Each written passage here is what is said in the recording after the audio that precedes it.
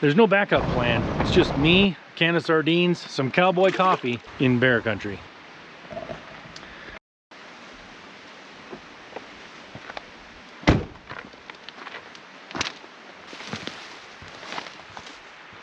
It's just me today. No tent, no cooler, no horse this time. Just enough food to make it count. Not sure I'd recommend doing this, but I'm headed up this trail that I've never been up before. Smack dab into bear country now. Got protection on that side, protection on that side, and I'm gonna make some noise. It's about 6 o'clock. A little bit of wind last night. Kind of got a few of the trees around here. Hopefully it doesn't blow too bad tonight because I only have a tarp. So the first 2 miles of this trail are just straight up the mountain.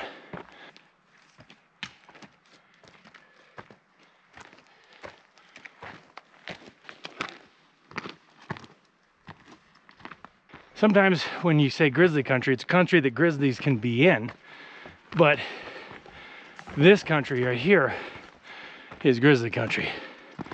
And I'm going right through a whole bunch of berries, which bears love.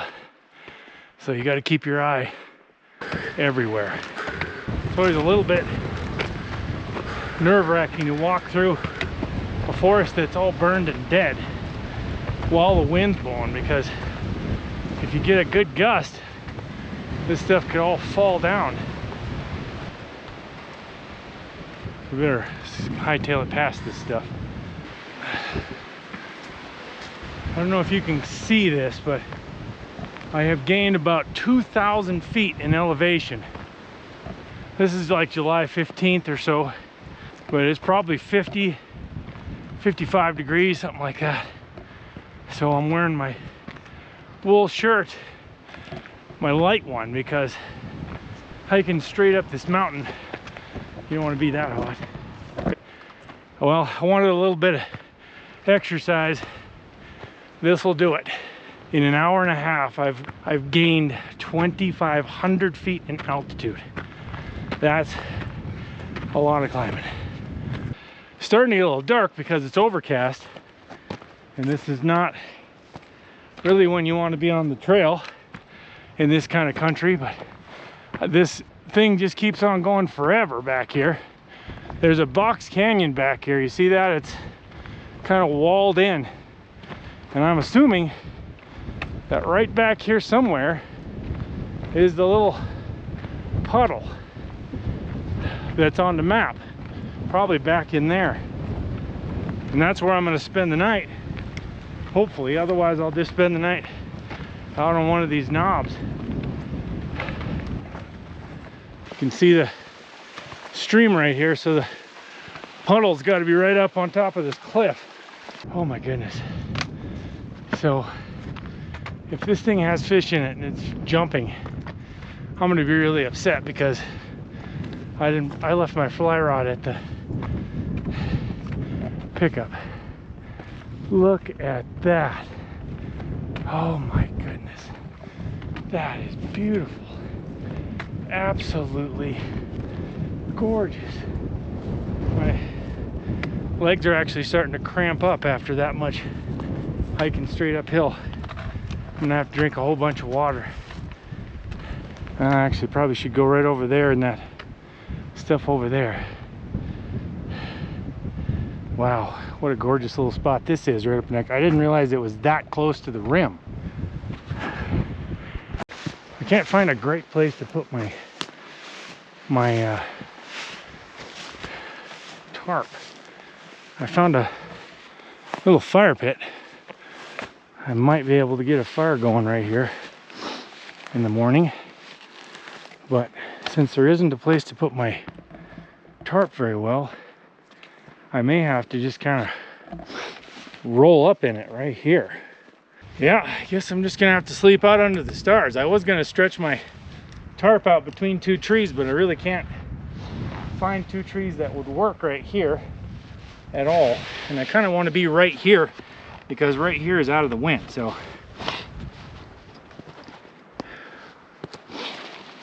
This will have to work. So here's my other sweatshirt. Air mattress.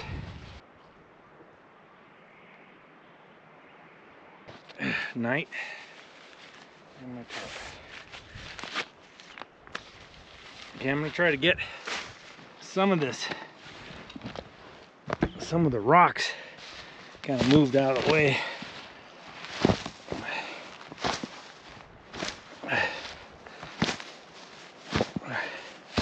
So that I can sleep here without poking a hole in my mattress. I'm tired already, and the only thing I have to eat, is sardines. So, but sheesh, that hike was so rough and uphill. Right now I'm not even hungry at all. I'm just wanting to go to bed. That's what I want to do.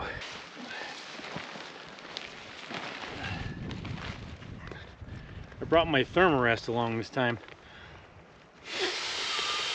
Hey, I'm old. What can I say? I still want a good mattress.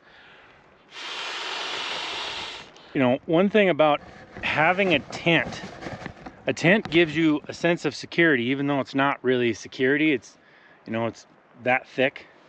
It does definitely give you a sense of security. Unlike just rolling out this thing on the ground and going to sleep.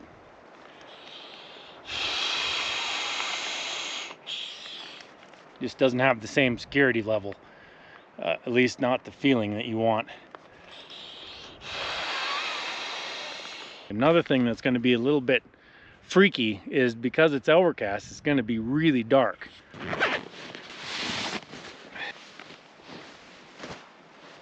So it is only 8:30. It's just getting dark already because of the clouds. So I might just read my book for a while. Oh, look at this. Isn't this incredible? I mean, absolutely amazing. When you hike to somewhere like this, I don't know, there's probably places you can drive to that look the same as this, but when you actually use your legs or take a horse and you come up to something like this, it definitely looks different because you put in the effort to get here. It just makes it look different, feels different. So honestly, I have only slept in grizzly country out under the stars like this one other time, and I had horses tied all around me. So this is going to be a little bit different. I can't imagine this is going to be that much fun, actually. Going through an entire night just laying here listening to everything that's going on around me. It could be quite an experience. I put a couple of rocks here. Probably find one more to put over top of my, so that this tarp doesn't come unwound at night, just in case the wind tries to blow it off me or something. So I'm gonna have to, I'm supposed to get down to like 40 tonight. So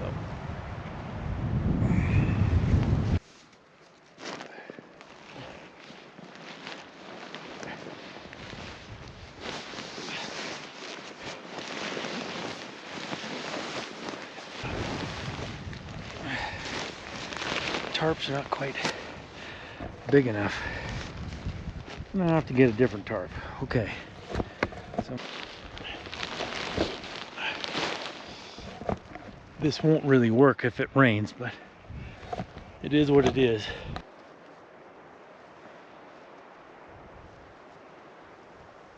I gotta say, it just doesn't feel like a real camp when you're A, by yourself, and B, there is no tent. I mean, you set up a tent, it just feels like kind of homey, and with no tent, it does not feel homey at all. It's gonna get dark here pretty quick. Okay, I can see that this isn't gonna work because number one, it's pretty chilly out here. I'm wet. So luckily I brought another Duckworth undershirt that's all wool. I'm gonna put that on instead of my wet one here. 0% chance of rain usually means you're gonna get dumped on. So never there, that's nice and dry anyway. Then put on a dry pair of socks. Put my wet socks on my underneath my sleeping bag here.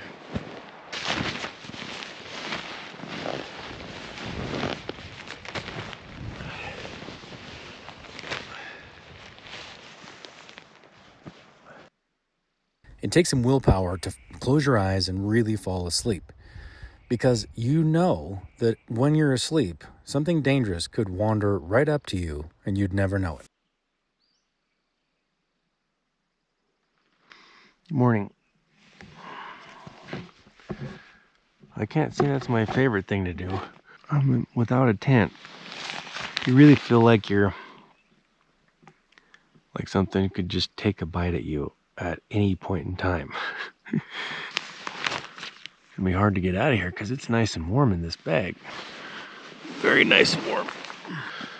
I ended up putting my gun inside here. I don't know how that would help you, but since when you're inside the sleeping bag, you really can't reach outside your sleeping bag very well.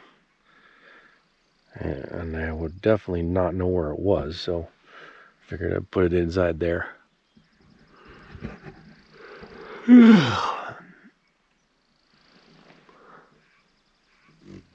Oh, that's a hummingbird just flew by us. So it is 5:35. There's not one fish has jumped on that thing, so I'm assuming that lake is empty. Actually, there's hardly anything here. There's no bugs. There's very few birds. I didn't hear anything scurry on the ground. I didn't hear any chipmunks. I didn't hear nothing. There's no flies. It's weird that there's nothing here. Probably doesn't get frequented by a whole lot of game animals either, just because it's where it's sitting in this canyon. Probably only get here if you're headed over the top. You really don't end up here for any other reason. So my bag is a little bit damp from condensation in my breath.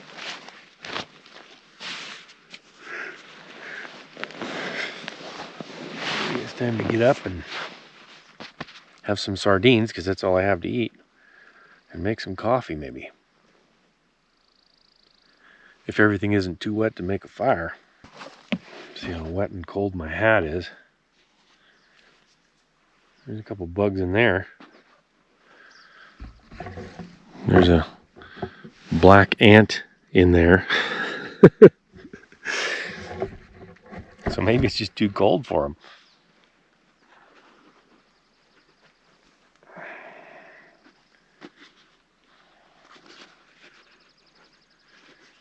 Don't really want to put that on my head until I get the bugs out. That wasn't too bad.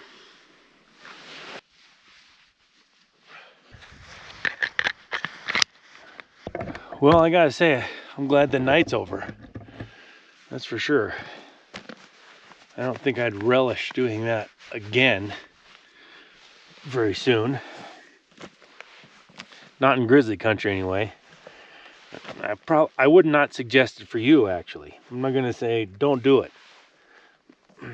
Bring 2 or 3 other people and a good tent if you're gonna do this.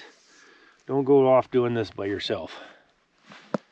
Try to make sure that mouse doesn't run out right in front of me here.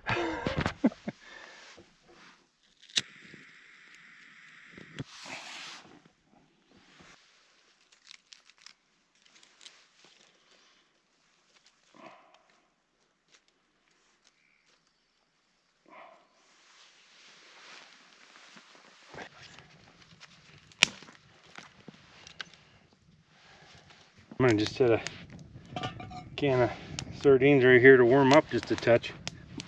Go get some water for the coffee.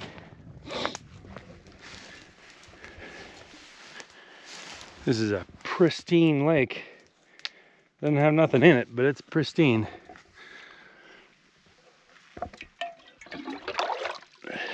That's all I really need right there. Look at that.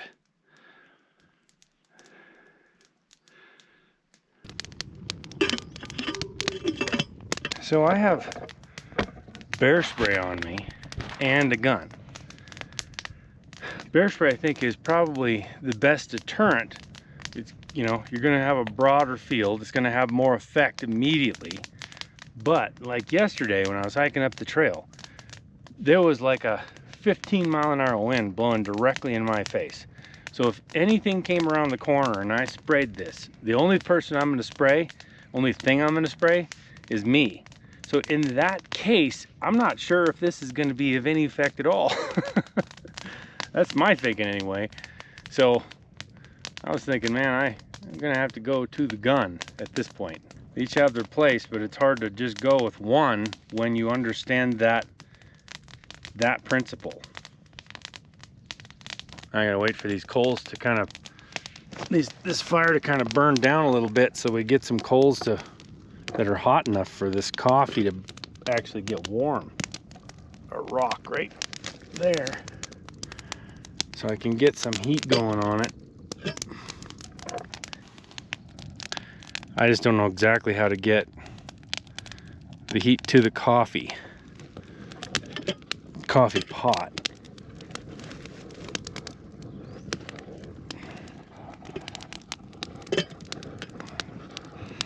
Kind of lean it over there. As long as you get one side. Sometimes you can get one side boiling. Oh. So one thing about daylight. Daylight makes everything feel better. I don't know if it really changes a whole lot of situations like with bears around, but it feels better. It feels like you can handle it better. It feels like you're more aware. You can see. Something can't just walk right up on you. And I think most animals, bears included, are much more active at night. So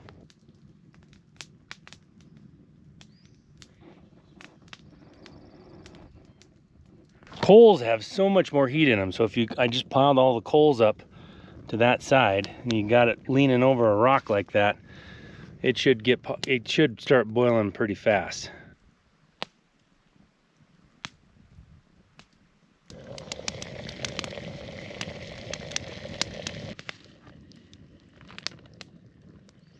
Here's the tricky part about Cowboy coffee. You want to keep it at a boil, kind of a slow boil, but not really much of a boil, because if you get too much boil, then it boils up and fills your whole spout with water and all that. So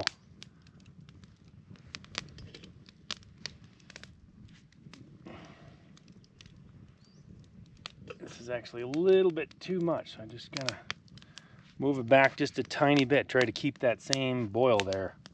Leave that for about 4 or 5 minutes and we'll have a really nice cup of coffee.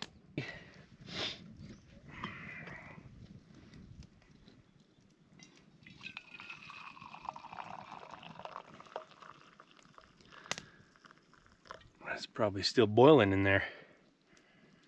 Put it on my hot rock here.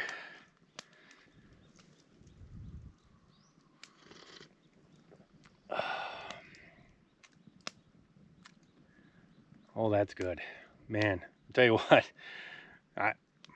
it's a little bit of work to make Cowboy coffee, but it is so good. I'm not sure what the difference is, or even if there is a difference maybe, but could be just where I am. All right, let's see how the sardines taste with coffee here. Some of them have water in them, some of them have olive oil in them. I kind of like the ones with olive oil, so I've never tried the ones with water, which is what this is. There's the sardines.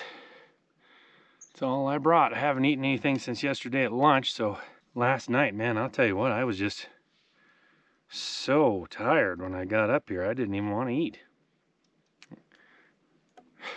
Cheers.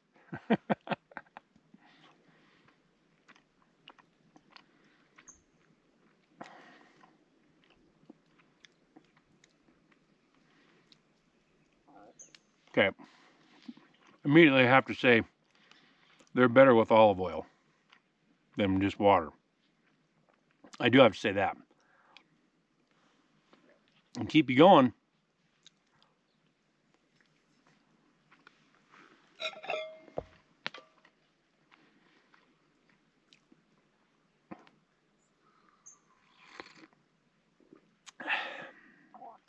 Well, I'm going to finish my coffee. Then I'm going to load up my pack and head back down for the civilization. Now, I came up here with the thought of doing this in particular, with no real food, something unique like sardines, because I eat sardines. I'm not sure I'm a huge fan of them, but they're good. I mean, they're okay. So I thought I would do that in bear country. Now, would you do it? Because after doing that, I would say I don't want to do that again if I don't have to. Not by myself with no tent. It just felt so vulnerable. So I want you to go down the comment and let me know if you would. Am I a pansy? What do you think?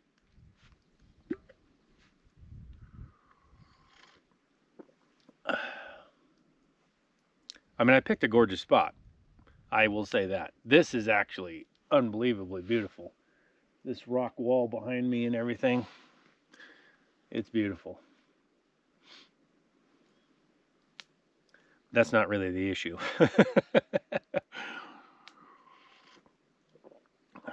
Back in the 1980s, you could actually hunt grizzly bears. We killed about as many as we're killing right now. Actually, less than we're killing right now every year. Hunters don't kill every single bear they go after. They select a bear and then shoot it. Or if it has a problem, they end up shooting that one. Like something attacking them or something. They had way less bear attacks as well because bears were used to humans pursuing them. And that's what we don't do today. Right now we're killing more bears just from being problems, like breaking into people's houses, attacking people, charging people, things like that. They're causing enough trouble to where you have to kill more bears now than we did when we were hunting them. Ask yourself, why are they still on the endangered species list? It is my belief that if we took bears off the endangered species list and started hunting them, we wouldn't have a hunting season like here, free for all, everybody can shoot as many bears as they want. That would be stupid. You would have a select tag, so you'd have to put in for a drawing. You give out a certain number of tags, and I believe this is the way you do it, because then you have people trying to find the biggest bears. So they're going to be pursuing this bear and then going, no, that one's not big enough. Pursuing that bear, no, that one's not big enough. And these bears will learn over the course of a few years that people pursue them. Right now, the issue that we have with bears so much in Montana, there's always people getting attacked. In fact, not that far from here, there was a lady drug out of her tent in the middle of the night and eaten. And she was in town, in a small town over here. That is an issue. So what we have is bears that don't respect humans, or they associate humans with food because they go to a farm or whatever and they get food from where the person is. So you have person smell and food. So if you disassociate that by having people pursue and hunt bears, they will learn to fear humans. I think that's the best route that we could possibly go to keep bears on the landscape and grow their numbers if you want. At the same time, protecting humans and creating a safer environment in the mountains. I still think the theory, these big, huge boars that live back here, they kill a lot of cubs and younger bears every year. So if we were to hunt out and kill some of these bigger boars, I think you would actually have an increase in bear population because you would have more cubs actually getting to the age of adulthood. What do you guys think of that? Huh? Put your comment down below. I think some people like to use really big wood for a fire up in the mountains. Like you can see somebody was burning this thing and that thing, and I think they feel like it'll burn longer and get hotter, but it doesn't because it's so large and there's air all around it, so fire doesn't burn very well like that. If you burn smaller stuff, you'd have to cut that up into chunks and then split it. When you burn smaller stuff like this, it has a couple of benefits. You can get a fire going faster, you can get a hotter fire, so you actually have some warmth. And then when it's done, it burns out really quickly. See that? And you don't have to sit there and wait for an hour and a half for your fire to go out.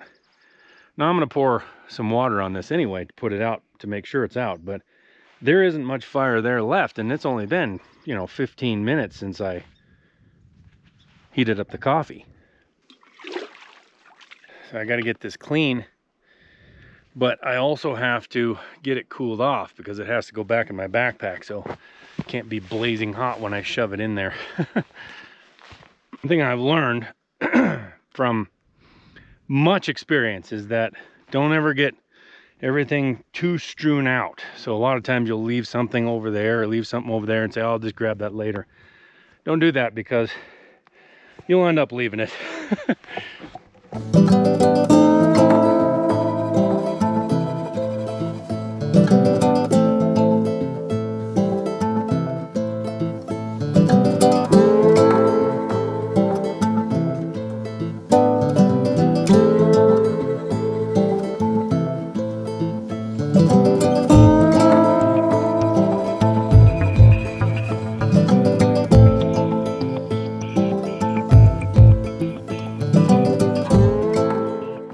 It's not really warm enough yet to take this Duckworth powder hoodie off, but I'm going to. What I'm going to try, I got an undershirt that's Duckworth on here. It's going to be hot going down, even though I'm not climbing. I'm going to put this Duckworth vest on, and I think that should let enough heat go and still retain enough warmth on me going downhill that I should be fine. So this Duckworth vest is so light and it's filled with wool, so it's very warm for its lightness, but I think with my arms free, with my arms out of the vest, that should cool me off enough but not make me get cold with this wind. So that's what I'm going to try. Snap this up and we're ready to roll.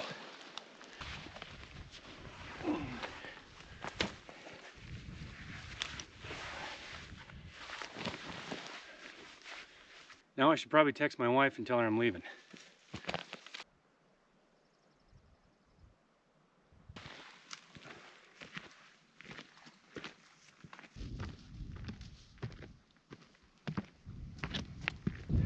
Pretty eerie when you can hear that wind whistle through the trees. It's kind of like a shriek. I've heard it for a long time. It's way more lonely when it's in the wintertime. It's cold. It seems like the colder it is, the worse that shriek sounds. It's not too bad today. I can hear it, but it's not as bad. It's not as disturbing. One redeeming quality of bear grass is it gets these really beautiful stalks and flowers on it. Those are really cool. I love those. We came up 2,500 feet in elevation last night, so that means I got to go down that much today. Downhill can be just as much or worse than uphill. It isn't as hard to do, but it does definitely work your knees out. Now these poles are amazing for this because you can put them out in front of you, kind of put some weight on them. You'd be shocked at how much that helps your knees.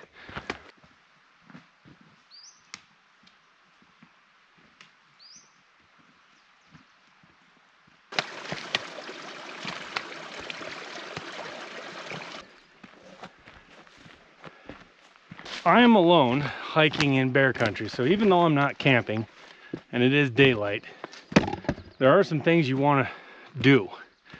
And namely, don't do what I'm doing. And I really hate to be a person who says, you know, don't do what I do. Do what I say, not what I do. But don't hike alone in bear country like this. It's just not a great idea. But one thing that I do when I'm coming up on a corner like this, you see there's humps and hills you can't see over. And it's on a side hill, so it's feasible or even probable that if something is traveling, like say a bear, in this area, it's going to be traveling on the trail because it kind of picks the easiest route up the hill.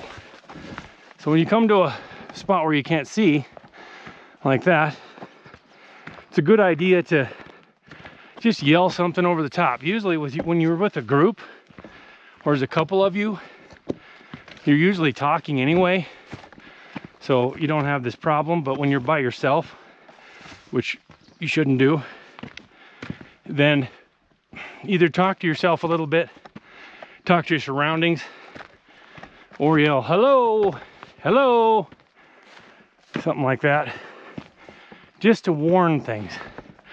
Bears will typically be fine as long as you don't startle them. So right now the wind is at my back, which is horrible for hunting. It's perfect for this because it's carrying my scent ahead of me.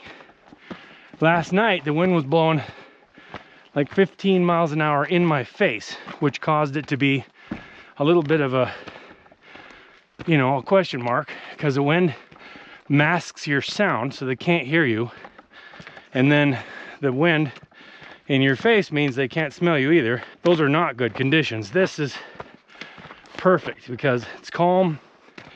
They can hear me walking, they can hear me talking, and my scent, which is the most important thing for bears, is wafting ahead of me anyway, so they know I'm coming.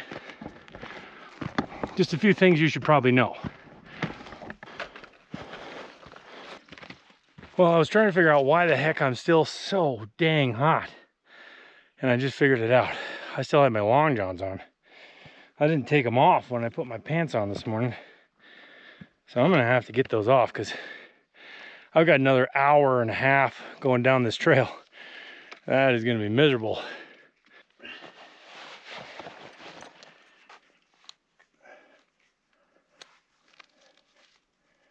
There, I think that's gonna help a lot. Got my vents open. My legs can breathe. Goodness. No wonder I was sweating my brains out. These don't really seem that hard, but with a backpack, they can be a little bit tough to get. Because you gotta get your backpack under it. You get all that weight on you while you're crouching as well. So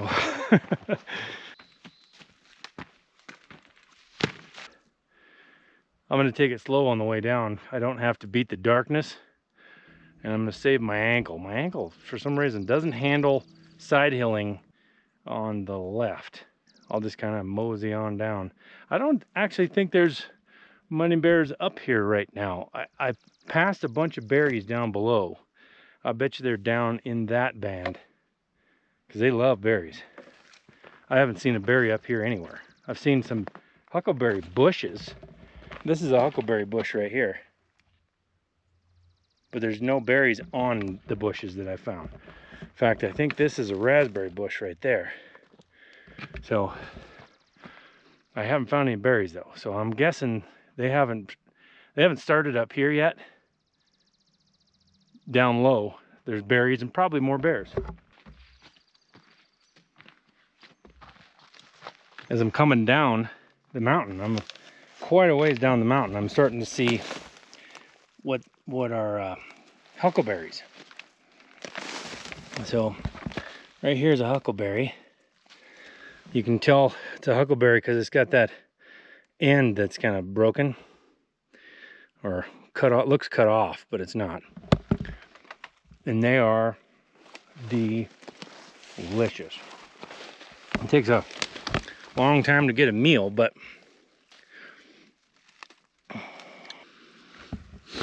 good little berry snack. This is what the bears are looking for. Oh my word. Those huckleberries are always good. Those are excellent. Wow. Just the right amount of sugar in them. So I have only eaten 1 can of sardines since yesterday at lunch. And you know, the thing is I think if you eat the right food, it will sustain you longer. Now, sardines are not that pleasant to eat. I mean, they're okay, like I said.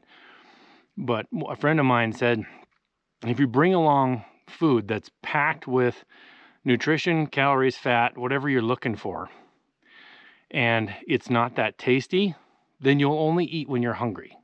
And when you're not hungry, you won't eat. And that's true.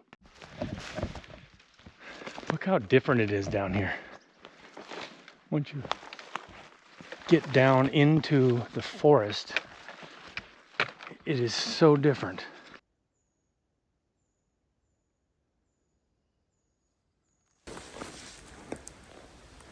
She's right there. She's just eating. She doesn't know what I am.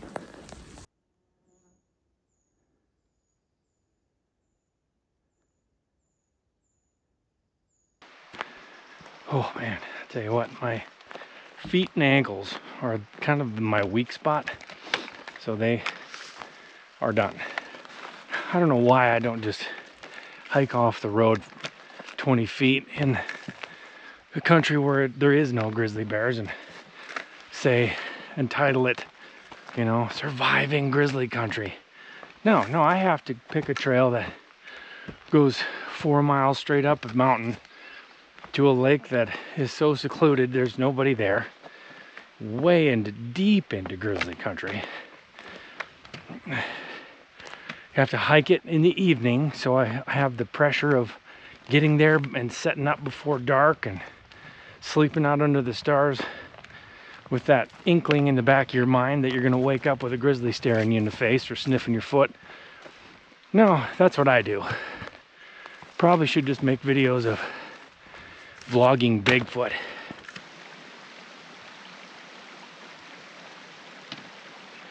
I think you could safely say that it would take me a lot longer to climb up there today.